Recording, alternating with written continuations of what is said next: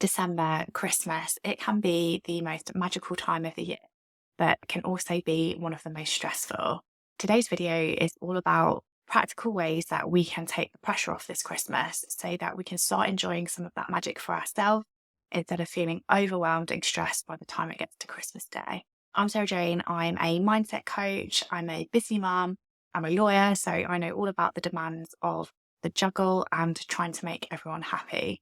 Today's video was prompted by a conversation with a client. We were talking about whether we were looking forward to Christmas. She confessed that she hates Christmas because it's a time where she is expected to host Christmas for her family, organise all of the gifts. She's trying to wrap up work to make sure that she can have some time off with the family and not always checking her phone and email. So by the time that she actually gets to Christmas Day, she's exhausted and just doesn't have the energy to actually go through all of the cooking, the cleaning, getting the food shopping. And we deserve to enjoy that magic too. Focusing on what matters and making this period joyful for your family and for you too. The first thing is taking the pressure off to be perfect. We're surrounded by Instagram where everyone has the perfect trees. They have their gifts wrapped by the 1st of October. A huge stack of presents in front of the tree. They have a perfectly arranged tablescape. I am guilty of being sucked into this too, that we all need that reminder that Instagram is the highlight reel and it's not real life. And I'm sure behind the rest of that camera, there's chaos there too. Don't compare your Christmas, your family, your festive period to the sparkling lights, perfection portrayed on Instagram. It's not real. If we aim for those standards and have the perfect Christmas, never going to happen. Think back to your own childhood. What are the memories that stood out to you? It's probably not the perfect tablescape or how well wrapped your gifts were. It's probably not even the gift. It's the memories that you made with your family. It's the getting into the Christmas pajamas, reading books, watching Christmas movies, walking around seeing the lights on the street. It doesn't have to be expensive. It doesn't have to be fancy. It doesn't have to be going to Blenheim Palace. It doesn't have to be Instagram perfect. Think about ways that you can bring those traditions into your own family and how you can make it one to remember instead of want to be photographed and put on Instagram. At the end of the day, it's about presence, not perfection. It's about creating memories together and being there for your children, for your family. Don't create your own traditions, create your own memories. What do you want Christmas to be like? What is it about for you and your family that makes it special? Focus on that. Don't focus on the things that you think you should be focusing on. And with that in mind, take a moment to be grateful for what you've got, your lovely house, your children, being able to buy some gifts. There are so many things that we take for granted that a lot of people would cherish. Instead of thinking, I can't afford to buy X, Y, Z for the children, think about what you are able to do, that you're able to put food on the table, get together at Christmas, that you're healthy, that you're happy. And there are so many things that we take for granted that we need to be so grateful for. In the midst of all the chaos, take a couple of minutes, think about what you're grateful for, note it down, share it with others, and that will make a big difference. When we actually stop and think about that, it can be really powerful and we realise we have got more than we think. I know that we do have to get the food organised, get the presents organised. How can we do that without it being really stressful?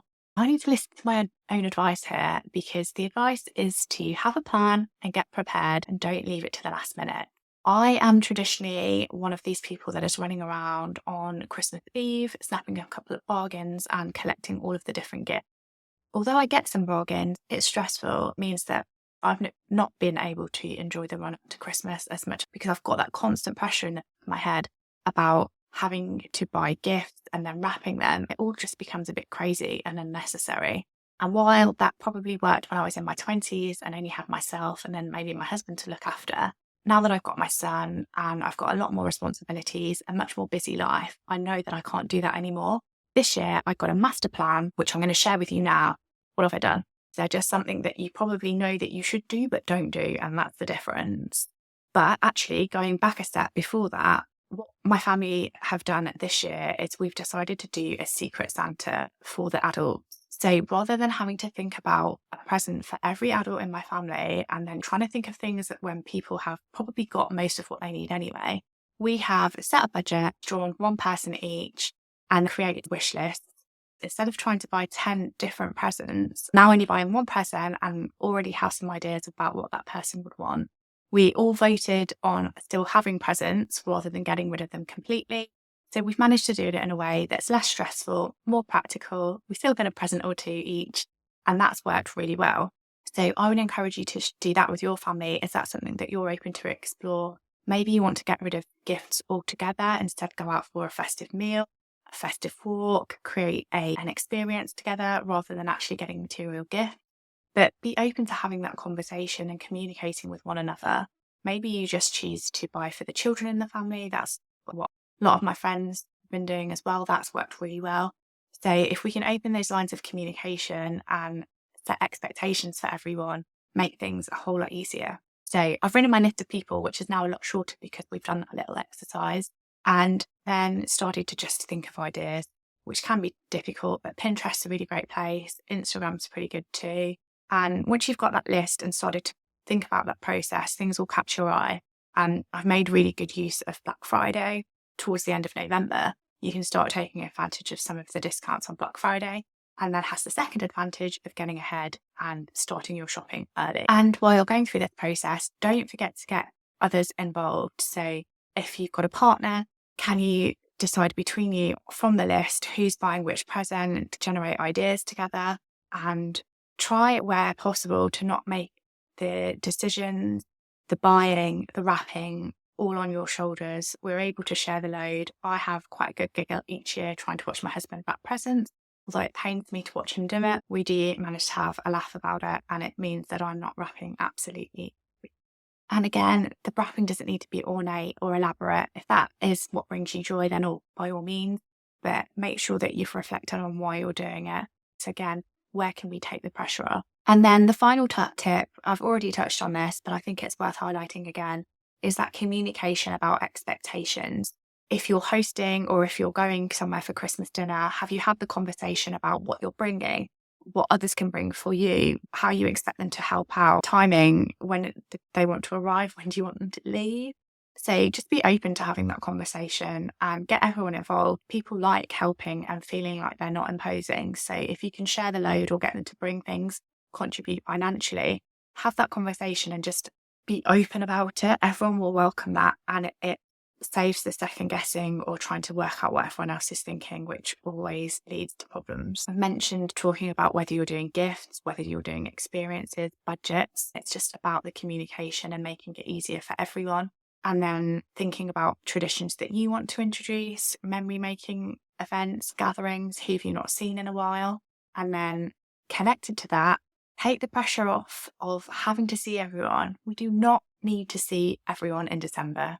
I know that it can feel like we need to, but there's some things into January. If things are hectic in December, it's something to look forward to after the Christmas period, so you don't feel pressurised to have to see everyone.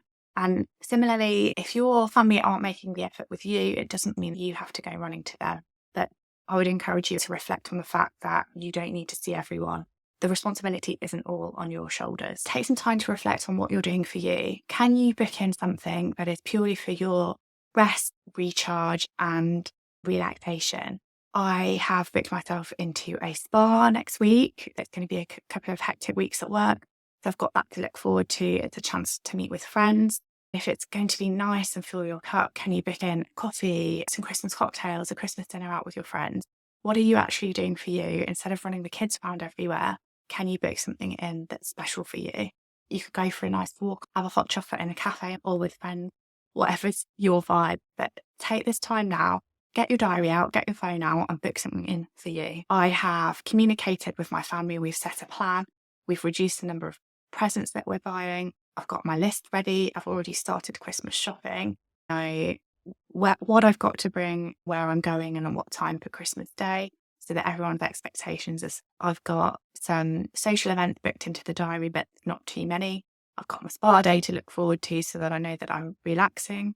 I'm really set on creating memories this Christmas and not having to show it off for Instagram, although there probably will be some photos on there. It's about being with friends, being with family, having that connection and really being present. Don't let yourself get overwhelmed and stressed by the run up to Christmas. It doesn't need to be that way.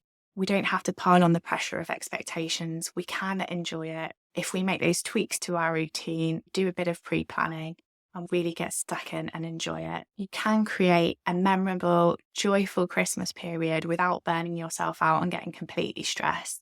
I would encourage you, after watching this video, to think of one thing you can do this week to take the pressure off this Christmas. Is it ordering some presents? Just start small, take one step. Don't forget to like and subscribe. I'll be coming back with some more mindset tips. Thanks for watching.